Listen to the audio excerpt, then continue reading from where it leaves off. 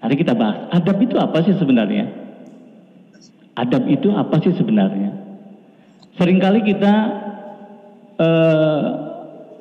memaknai adab sangat sempit.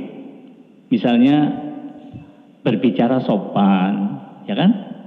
Terus kalau lewat depan orang permisi.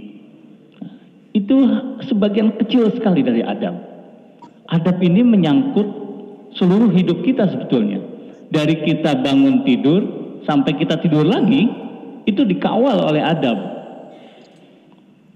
Sampai afwan, di dalam majelis, misalnya di dalam masjid ini ada adabnya. Ya kan? Adab di dalam masjid seperti apa. Nah, itu saya di Padi, Pesantren Adab dan Ilmu, saya sering jelaskan kepada orang tua ketika mereka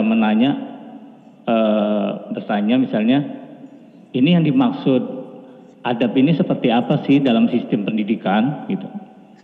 Saya bilang bahwa ini adab yang cakupannya sangat luas.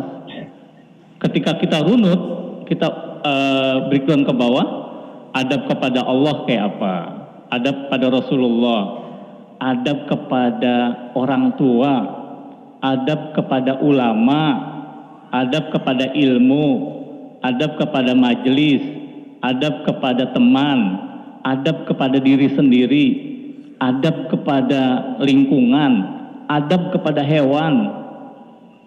Nah, luar biasa, luas sekali adab itu. Dan basis adab itu atau dasarnya itu adalah jelas sekali wahyu Al-Quran dan Sunnah Rasulullah serta pendapat para ulama. Nah, jangan salah, bagaimana sikap kita juga pada para ulama. Sekarang ini kan ulama hampir tidak didengar fatwanya, sarannya, pendapatnya tidak didengar.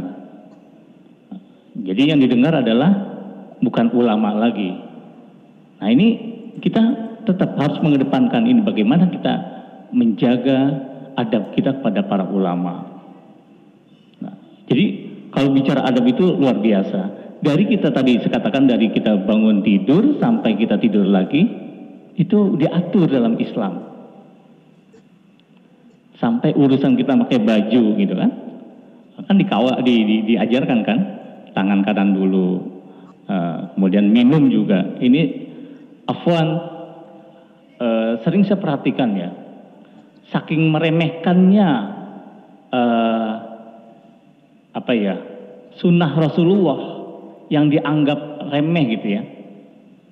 Minum saja pakai tangan kiri gitu kan. Ini adab. Kita di sekolah itu kita ajarkan anak-anak, bahkan kita tegur, ayo makannya pakai tangan mana gitu kan, kita sampaikan.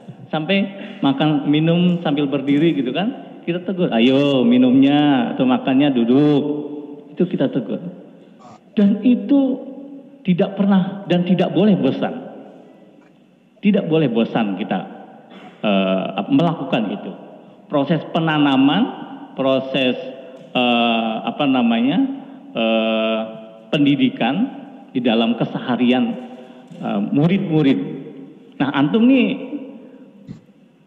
udah dewasa, pemuda, kan punya generasi kan, punya kader kan.